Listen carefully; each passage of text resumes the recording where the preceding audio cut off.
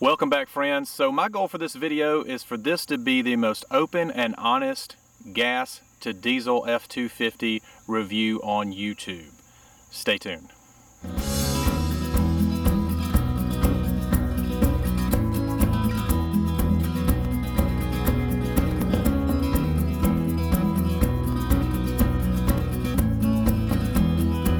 Okay, friends, we got a lot to cover in this video, and I'm going to do my best not to ramble. I'm bad about rambling sometimes, so if you see it cut away for a second, and that's just me editing out some junk that you don't need to hear about. Here's how we're going to do today. I'm going to start off by talking about the reason behind going from gas, because I've been a big advocate of the gas trucks, at least the 6.2 Fords, for a couple of years now. And not to burst any bubbles, I'm still an advocate for those trucks. But what I'll do is I'll talk about why we made the switch. I'll talk about the everyday driving comparisons of the two trucks, and then I will talk about the towing comparisons. After all of that, we reached out on our social media platforms and we asked you guys to ask us some questions, what you would like for me to address, and there's a lot of questions. So at the end of the video, we'll do the Q&A that you guys asked. You got some great questions in there, stuff I really didn't think about, and so yeah, we'll do that at the end. So long video, stay with me. I think it'll be worth it. Okay, let's start with why we made the switch. And it's kind of funny because I wasn't planning on switching to diesel. This happened because I was actually shopping for the new 7.3 that's about to come out in 2020. So this is middle September. That 7.3 should be coming out in the next several weeks or so. And I actually, I was speaking to a friend of mine at a local car dealership and wanted to talk to him about maybe building one and to let me know when exactly I could start doing that. Well, during all of that process, you start shopping around. And it's model year end closeouts. They're doing big rebates on the 2019s, and that's pretty much how this happened. So let me explain. I was thinking about the 2020 7.3, just like I mentioned before. I ended up getting into this 2019 6.7 diesel with a 125,000 mile bumper-to-bumper warranty. That's extremely important here. Bumper-to-bumper warranty. For the same exact price, I would have got into a 2020 7.3 with a 3-year, 36,000 mile warranty. To me, when you take out the big con of the upfront cost of a diesel, it becomes much harder to argue for gas. And that was that. If you take anything from this video, that's the gist of it. I'm going to talk about a lot of other things, but basically, I got this truck, brand new truck, 125,000, 7-year warranty for the same price I would have got a 7.3, which is an unproven motor at this point. I hope it's a home run, but it may not be. With an unproven transmission as well. We don't know. I hope it's good. We just don't know yet. For the same price, I would have got a 7.3 at 2020. To me, that was a no-brainer. There's still the cons of higher cost of repairs, higher cost of maintenance, and that's what I want to go into right now. Okay, a lot of the questions have been for cost comparisons. I think this is going to answer probably a third of the questions that I got. And up on your screen, you'll see real world numbers for us. Okay, this is our particular situation. You'll see this is gas versus diesel, but make sure to look right underneath that line there. 16,000 miles daily driving a year and 4,000 miles towing per year. So we don't tow a ton. It's not like we tow for a living. We just tow for recreation. Okay, you can see the numbers there, gas versus diesel MPGs. I was surprised with 17.6. I've been driving it a few weeks now. That's what I get. I do mostly suburban driving, I guess you'd call it. I'm not in the city by any means, but I'm not on the interstate every day either. So I'm rarely on the interstate actually. And so 17.6, I'm thrilled with that. I'm thrilled with that number. And also the miles per gallon towing, that's about what I expected on that. You'll see for the gas, it's much worse. Okay, we all knew that already. Okay, fuel cost, I paid $2.61 a gallon just 2 days ago. $2.40, that same gas station, it was $2.41 a gallon for gasoline. You can see what that averages out when combine my daily driving with my towing, you can see what that yearly cost in fuel is. And that's a significant difference, but still no surprises, okay? These are just real world numbers. A lot of people wanted to hear these numbers, and so that's why we're going over this first. Oil changes are significantly higher on the diesel. We know that. Fuel filters basically don't have to worry about that with the gas, because my understanding is those are lifetime filters. You're going to go through fuel pumps before you go through the filter, so you really don't have to worry about fuel filters on the gas. And then every 15,000 miles you have to worry about a fuel filter on the diesel. So that was about 1.3 of those a year. I know that's being picky, but eventually those will add up. DEF fluid, you can buy that at Walmart for $4.98 a gallon. You can see you use about 2% of DEF for what you use fuel. That's about the average, and that's going to be about $123 a year. So in the end, you can see down there, total cost per year as far as just maintenance and fuel, $43.88 for the gas, $38.78 for the diesel. Okay, so those are your numbers. Relatively good for the diesel. Now, the diesel also costs $9,500 more. So if you have to keep the truck, if you kept it till the wheels fall off, you have to keep it 18 years to make up for that $500 a year savings. That's a long time, okay? So it's still a con as far as the diesel's concerned. But when you get the big rebate, it kind of cushions that a little bit. And like I said, that was a big reason why we went with diesel. Now, let's get into the everyday driving aspect of gas versus diesel, okay? And to start with this, I think I need to explain my driving style. I think my driving style would be considered average. I'm not a grandpa driver by any means, but I'm also not goosing it at every single red light. So I think it's important for you to know that. And with that known, there's not a big difference in everyday driving, the gas versus the diesel. Yeah, there's a lot more power available with the diesel, but I don't ever need it. And so it sits there, and it's kind of like a sports car that can go 200 miles an hour. You have it, I guess, but you can't ever really use it. And it's not dumb to use it, but it's not smart either. I see a lot of people, they goose it from a stoplight. When I'm sitting there next to them, they goose it and almost floor it.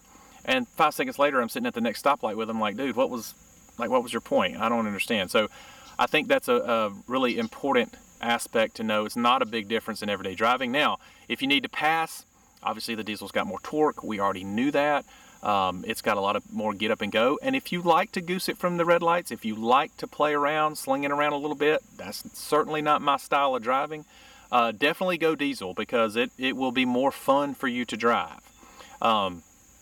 So yeah, I mean, there's not a whole bunch difference in everyday driving. I really don't know what to say about that. I mean, I know some people may be disappointed with me saying that, but there's just not a big difference.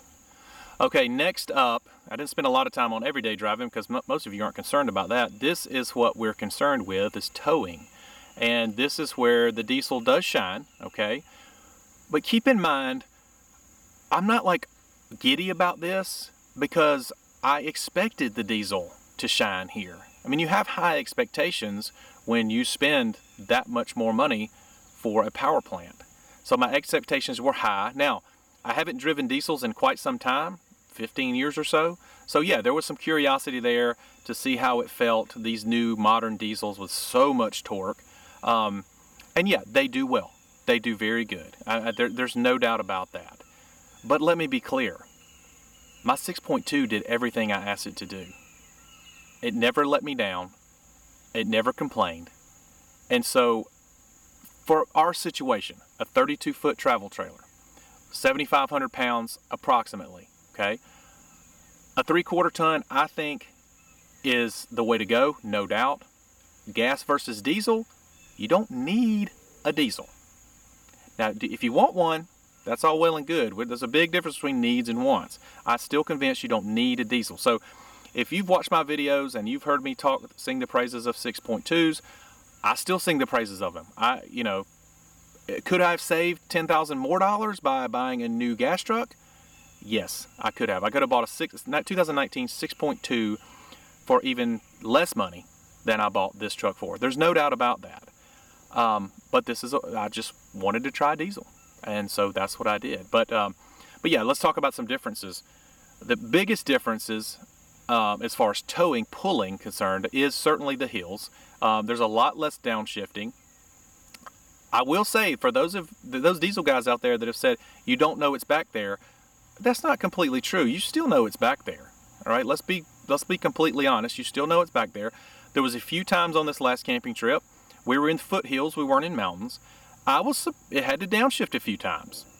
I wasn't disappointed with it at all, completely satisfied, but I was a little surprised it downshift a few times, and certainly much less than the gas truck. Okay, so that runs much lower RPMs than the gas truck, but this also designed to run much lower RPMs. This truck redlines at 4,000 RPM. My gas truck redlines at 6,000 RPM. So the gas truck is built to deal with those RPMs. Let's be clear about that. I'm trying to be as candid and honest as I can. I certainly don't have the means to just go buy a diesel truck just to do a YouTube video. So I bought the diesel truck. That's clear. But I just want to make sure that you know that gas trucks are completely capable for our situation. Okay, recreation, pulling a travel trailer, 7,500 pounds, 32 feet long. All right. The thing that I was, so far you can probably tell I'm not like overwhelmingly excited about the diesel. It has met my expectations, and my expectations were high, but I haven't been surprised by it. All right. What did surprise me, there's two things I really love about this truck versus my old truck. One of them has to do diesel versus gas. The other one has to do with the just new year model. All right. Let's go with the diesel versus gas part first. The thing that I really love about this truck that I am giddy about is the exhaust brake. The exhaust brake is awesome. Now, the engine brake on the 6.2 gas is pretty good. It does a good job of knowing when you need it. It does help out significantly, but the exhaust brake is in a different league. Okay, my expectations were exceeded by the exhaust brake. I knew that was a feature. I knew it was something I really liked. I wanted. I think they all have them at this point, just about.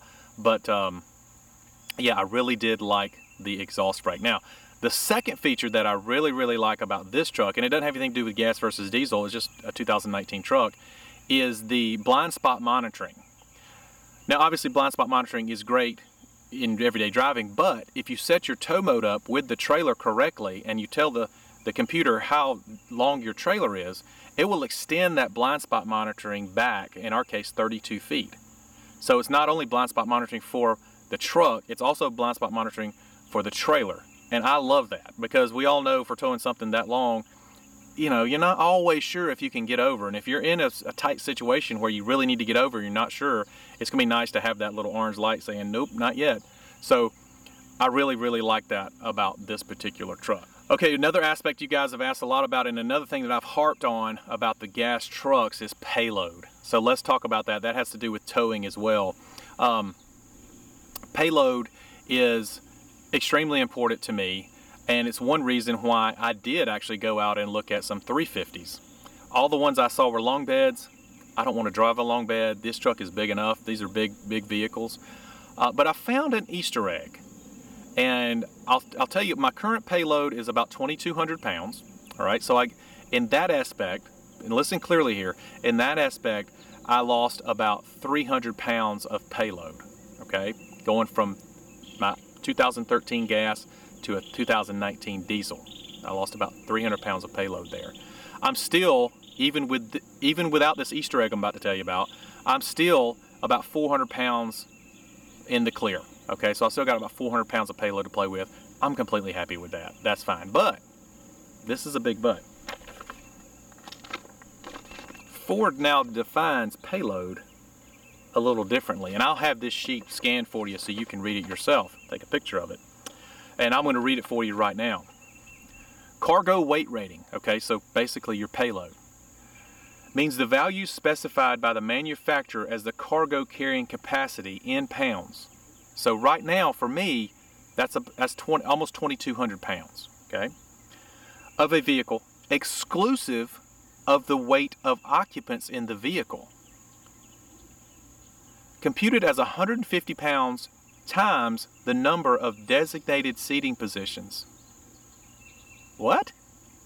Let me read that again. Cargo weight rating means the value specified by the manufacturer as the cargo carrying capacity in pounds of a vehicle, exclusive of the weight of occupants in the vehicle, computed as 150 pounds times the number of designated seating positions. Guys, I got 5 seating positions in here. That's 750 pounds. So if you take that number, I have about 400 more pounds of payload with this diesel than I did with my 2013 gas truck. So I'm almost 3,000 pounds computing payload the old way, computing payload the same way I would compute with my 2013. I'm at 2,900 pounds on this truck. Still investigating that. Don't write that in stone.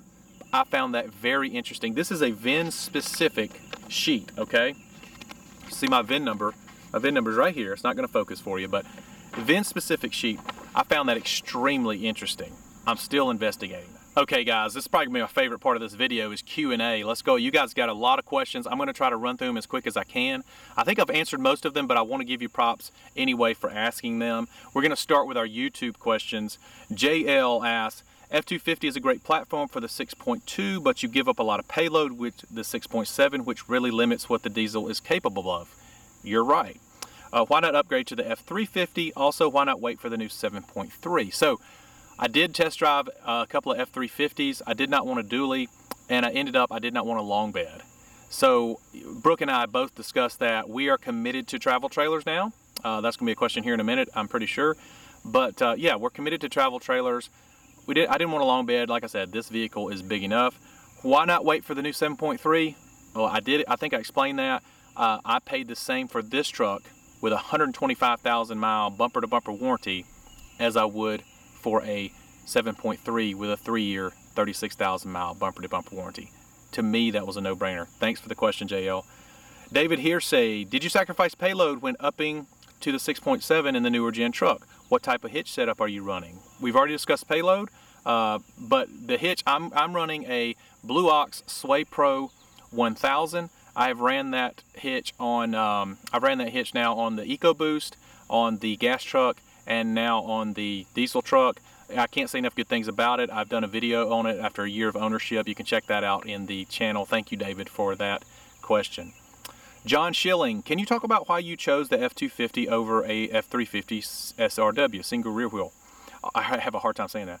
Also, would like to see the actual payload numbers between the gas and the diesel F250. So we spoke about the payload, and we spoke about the reason why I didn't go F350. It's not a bad idea though. If you're looking to upgrade to a 5th wheel, I would certainly go ahead and go F350. New or used truck? Also was the gas not meeting your towing expectations? It's a new truck. This is a new truck, okay? The gas was certainly meeting my expectations, okay? So there's different expectations between a gas and a diesel. I have higher expectations with this truck than I did the gas, but the gas always met my expectations. It always met my needs. Let's be clear, this is a want, not a need. And that's probably on me. That's certainly on me, okay? But yeah, the gas met my expectations. I can't say enough good things about the 6.2. Let's see, Richard Duncan, curious about the money side of the comparison. I think our chart hopefully answered those questions. Thank you, Richard. SH asks, adding to the questions earlier, but you made a conscious decision to go with gas last time, so what made you switch to diesel? Well, the cost, or the upfront cost, basically is the answer for that. So I didn't have the rebate option 2 years ago. I did have the rebate option now. So yeah, basically the cost, the upfront cost was the kicker for me. Also, not knowing that payload Easter egg was a big deal. I wasn't going to pay more for a truck with less payload. But now I'm in the clear with this payload. Even without that Easter egg, I'm still good. But yeah, that was the upfront cost basically was it. Thanks, SH. Jeff R. Pool comparison along with fuel economy. Will you be adding a Titan fuel tank also? I will not be adding a fuel tank right now. The pool comparison is much different. Okay, it's sure it's supposed to be. And that's why you don't see me all jumping up and down in this video. I'm just trying to be upfront. When you have a diesel, you have higher expectations. And But of course, this pulls considerably better. The stability is pretty much the same. I was wondering if being heavier in the front was going to add some stability to the diesel. I can't tell any difference in stability. They're both very stable. The gas is stable. This diesel is stable. I don't see any difference there. But yeah, I mean, pulling up hills, merging onto the interstate. I don't really pass when I'm pulling, but if I ever had to, yeah, it would be much less of an issue for sure. Thank you, Jeff R. Michael Munter, mainly the maintenance cost comparison versus improved fuel economy. I think we spoke about that on that chart. I hope that answers your question. Thank you, Michael. Robert S., we have a 2015 6.2 F250. We pull a 297 RSTS Grand Design. Go Grand Design. Representing, baby. We went with the gasser because of price and maintenance. I stop and start often when running errands. Diesels don't like that. You make a good point. Yeah, maintenance is going to be cheaper on the gasser for sure. Stopping and starting, I don't think is a huge deal. I think the diesels don't like it when your trip isn't long enough to come to full operating temperature. They get grumpy. I don't think they like that much. But yeah, you're right. I mean, you've got a great truck. Thanks, Robert. Lesson Adventures. Hey guys, are you guys planning on upgrading to a fifth wheel now? Absolutely not. No, we have no desire for a fifth wheel. And it really, I mean, we really don't even think it would be an upgrade. Most of our camping, we try to be outside, and it seems that most people that want a fifth wheel want more room, and we don't need more room. We're not looking for more room. We got all the room we want outside of the camper. That's why we camp. We don't really do a lot of sitting at the campground. We like to explore when we go out, and also there's a lot of places that our travel trailer can get, whether it be height or length, that a lot of fifth wheels may not be able to go. It's not terribly common, but yeah, we prefer travel trailers, and we did a whole video on that while we picked a travel trailer over a fifth wheel, and all of that still rings true. So thanks, Leslie. I appreciate that question. Jet Driver, they ask, I don't know if he or she, why the switch? In previous videos, it seemed like you were happy with your gas truck. I was. I never was upset with it. Also curious about how fuel expenses are working out given the higher price of diesel fuel. Well, right now, diesel fuel is not that much higher. The chart that you saw had, I paid $261. That was yesterday, actually. I paid $261. That same station was $241 for 87 octane. So right now, I'm okay. Last year was significantly different. It was almost $1 more. So, you know, you can do the math when that happens, if that happens. But yeah, I mean, I still have $500 to make up per year in savings, so it's going to have to go up a significant amount. But yeah, I was completely happy with my gas. Like I said, this was a want. This was not a need. If you go out and buy a gas, you get in a damn fine truck. All right. Thanks, Jet. Appreciate that. Dewey Graves Jr. I hope you weighed all the pros and cons. Oh man, Dewey, you have no idea, man. Whew. It's not an easy decision. There are pros and cons to both. I think my issue with diesel in the past was everyone just always singing the praises and never talking about the cons of diesel. There are certainly cons to diesels, and you do need to research that. You're exactly right. So yeah, make sure you do all your research on maintenance, repairs. All of that gets really expensive, and I've kind of taken a few of those issues out of the equation here with my warranty and that big rebate that I got. But yes, I certainly weighed all the pros and cons. If you've watched our channel at all, you'll know that's true. Thanks, Dewey. Tim McCormick, I had a 2016 6.4 Hemi Power Wagon. I pulled a 2018 Jayco Flight Camper. It is a tag-along camper. The 6.4 Hemi pulled the camper good, but 2018 I traded and got the 2018 2500 Cummins diesel engine. That Cummins is like a train going up the mountains. Yes, it is. No doubt. Thanks, Tim. Amanda, thank you. She said we're looking good. I appreciate that. We will do our best to stay safe. Kevin Burrows asked why the switch. I think I've answered that question. Thank you, Kevin. I appreciate it, man. Paula, we have a diesel F250 and love it. We pull a 38-foot travel trailer and the truck has no problems. No, it's not going to. Not going to have any problems with that 38-footer. The campers, what's up, guys? We love the campers, man. They always put a smile on our face. If you haven't watched their channel, go check it out. How much cooler do you feel in the diesel? Seriously, laugh out loud. I don't feel any cooler. I mean, I do like having the glass roof. I'm a little bit claustrophobic, and the more airy it feels inside the truck, the better I feel. So I do like that. But as far as cool, man, I'm too old for that. Look at these gray. You know all this gray right here, man. I'm too old for that. My cool days are over. Thanks to campers. Junk junkies, you will never look back. You might be right. We'll have to see. That's to be determined. So, all right, let's go over to Facebook. That was just our YouTube. Holy cow. Let's go over to Facebook. James Greer on Facebook asked, what options did you choose / not choose, and why? Did I get the camper package? Yes, I got the camper package. That is one of the reasons why I found out about this Easter egg of Payload. So yes, definitely get the camper package. What options? This is a Lariat. I don't know if I mentioned that or not. My old truck was a Lariat as well, but this is a Lariat. I love AC seats. I like the glass roof in this particular truck. And funny enough, those roof lights you see right here, Beckett's convinced if you don't have roof lights, you don't have a big truck. So I thought that was kind of funny. But yeah, the couple of options that I liked. I went with white platinum metallic. I didn't want an Oxford white because I didn't want it to look like a work truck. I think you guys know what I mean by that. And I've had black on black for years now, and it was just ready for a change. I still love black on black. They still look great, but I just wanted to go. I went total opposite. I basically went white platinum metallic and camel interior, and I really like it. It was certainly a good decision. Thanks, James, for that question. Chris Singleton, why didn't you get the F250 single rear wheel in case you upgrade to a fifth wheel or a larger travel trailer in the future? I've answered that question, but I don't think this will have any problems with any travel trailers made right now, unless you go with those big, 50-footer crazy travel trailers. There's a couple of one-off travel trailers, but yeah, I mean, this one's going to be able to pull pretty much anything right now. Andrew Jones, can't wait. Thanks, Andrew.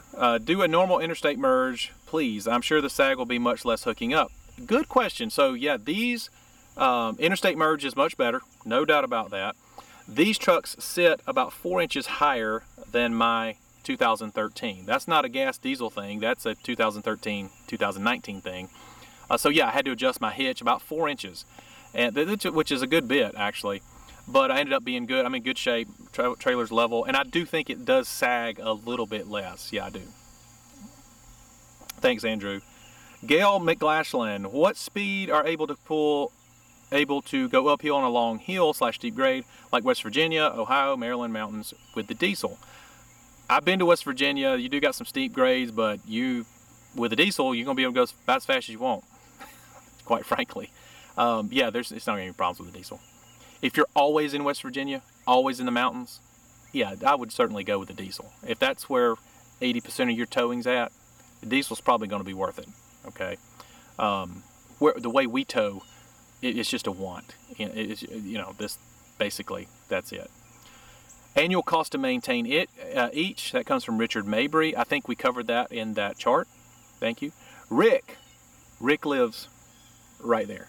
Rick's my neighbor. We love Rick. And Peggy. How much difference did you notice in engine performance while navigating in a hill? Okay, so hills go up and down. So going uphill, it's obviously much better. You have higher expectations. It met those expectations. It did have to downshift 2 times I can think of in this last trip that I was a little surprised it had to downshift, but I wasn't disappointed at all. But yeah, there's a big difference, certainly.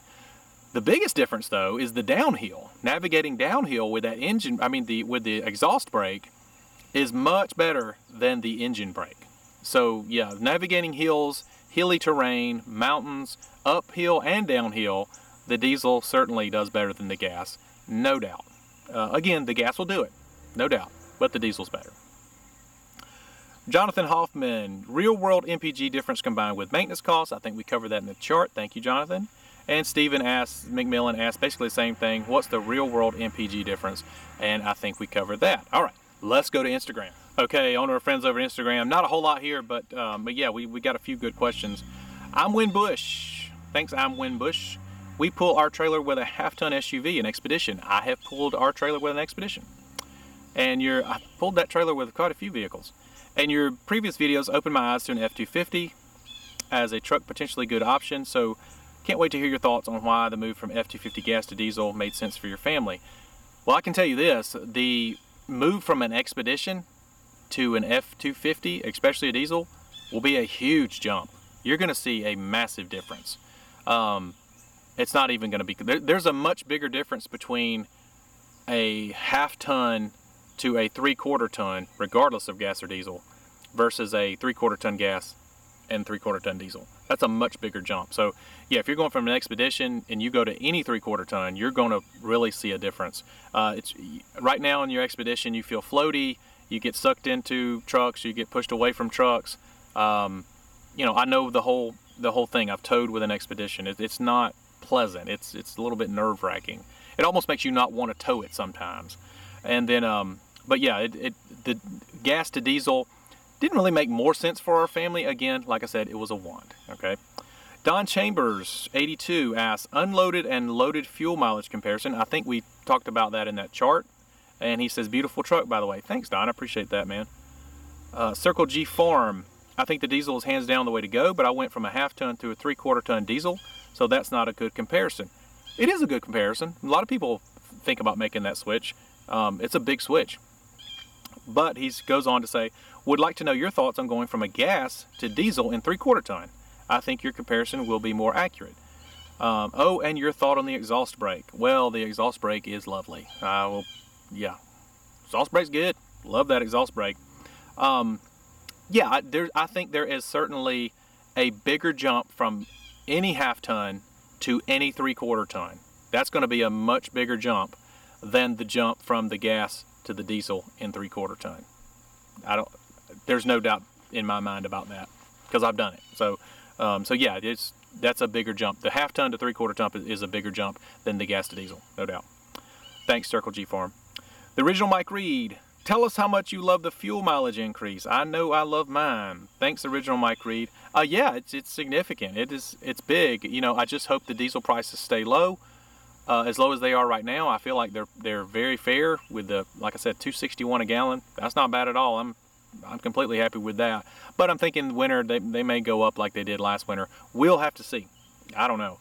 But yeah, obviously the fuel mileage, especially since this is my daily driver, makes a big difference, and I think that chart shows that. Whew. Okay, I think that about gets it. So overall, wrapping it up, the diesel certainly pulls better. The diesel certainly does better going downhill with that exhaust brake versus the engine brake. If you can get a diesel for the rebate, is it a better decision than the gas? Obviously, I think so. But the 6.2 in the Ford is completely capable. I would never say anything bad about those trucks. If you watch my videos and that was your deciding factor on to go out and buy a 6.2, like I said, you got yourself a damn fine truck. You made a great decision. Yeah, that's the gist of this video. So I hope you enjoyed this. I hope if you have any questions, any comments, please write down in the comment section below. I'm happy to answer them. I'm sure there's some things I didn't go over, but I'm trying to be as honest and upfront as I can. You know, a lot of diesel guys, which I guess I'm a diesel guy now, will, you know, they try to justify the extra expense. And yeah, some of it is justified, but you can't down the 6.2. And I hope that comes across, and I'm being sincere, and I'm being very honest. I'm happy with this truck so far. You know, I'll let you know in 7-8 months if it was still the right decision. So far it is. So I hope you enjoyed today's video. If you did, consider subscribing.